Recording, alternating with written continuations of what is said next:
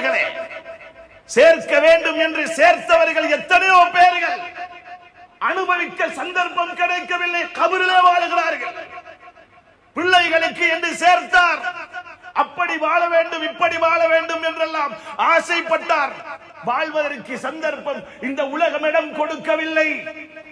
40 வயதுக்குள்ளே அவருடைய மரண செய்தி வந்துவிட்டது. அன்பார்ந்தவர்களே, இவ்வளவுதான் வாழ்க்கை.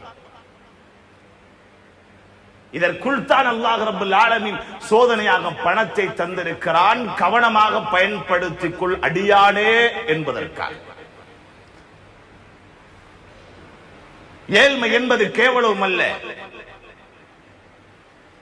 செல்வந்தன் என்பது கண்ணியமும் அல்ல. ஒரு ஈமான்தாரியுடைய கையில், ஒரு முஃமினான மனிதனுடைய கையில் கொடுக்கப்பட்டிருந்தால் அந்த பணம் அது